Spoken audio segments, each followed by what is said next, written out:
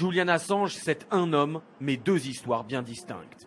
Côté pile, c'est le héros d'une génération d'internautes. Ancien hacker, l'Australien de 41 ans a fait trembler les gouvernements du monde entier en révélant sur la toile des centaines de milliers de documents secrets.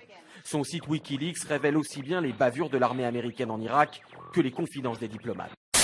Tariq Ramadan. Né à Genève, professeur d'islamologie à Oxford, il est le porte-parole des musulmans européens. Selon lui, l'islam est tout à fait compatible avec les valeurs occidentales.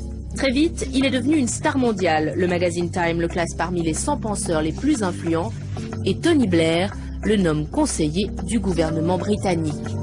Mais tous ces lauriers ne sauraient calmer ses détracteurs. Pour eux, il est et restera un artiste du double langage.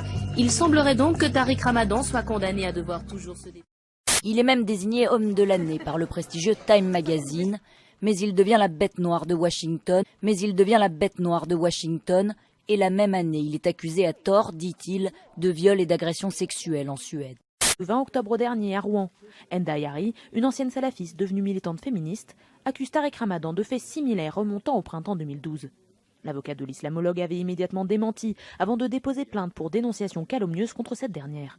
Une enquête préliminaire avait néanmoins été ouverte par le parquet de Paris pour viol, agression sexuelle, violence et menace de mort.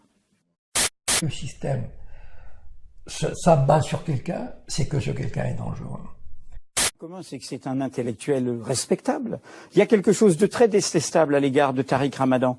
Moi, je le lis, j'écoute tout ce qu'il a dit. On a parlé pendant 3h30. Nous n'avions aucun désaccord sur le fond. Il a été très ferme dans la solidarité. Il a été très ferme sur la liberté d'expression. Il a été très ferme dans la condamnation des attentats. La preuve qui fait mal au système, c'est qu'on le dénigre, c'est qu'on le diabolise. Et c'est là où on voit que le système a peur de lui. Et qu'est-ce qu'on dit? Ah, il n'est pas clair. Ah, il a un double langage. Il est ambigu, ouais. Oui, cette vulgate qui s'est répandue. Encore une fois, je le lis, je l'écoute, et je ne vois pas d'ambiguïté. Et il a fait plein de livres. Qu'est-ce que ça dit, ce truc, il est ambigu? Ah, l'arabe, il est un peu fourbe. Ah, l'arabe, il y a un peu de double langage. Non. Parle de Tariq Ramadan. Oui, mais justement, mais je ne vois pas où il est ambigu, moi. Je ne vois pas où il est ambigu.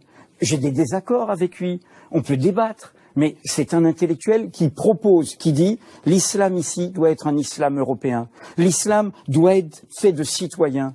Il ne doit pas être gouverné de l'extérieur.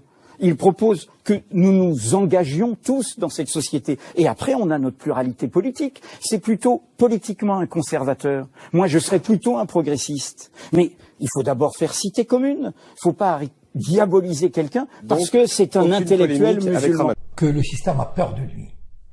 Que le système a peur de lui.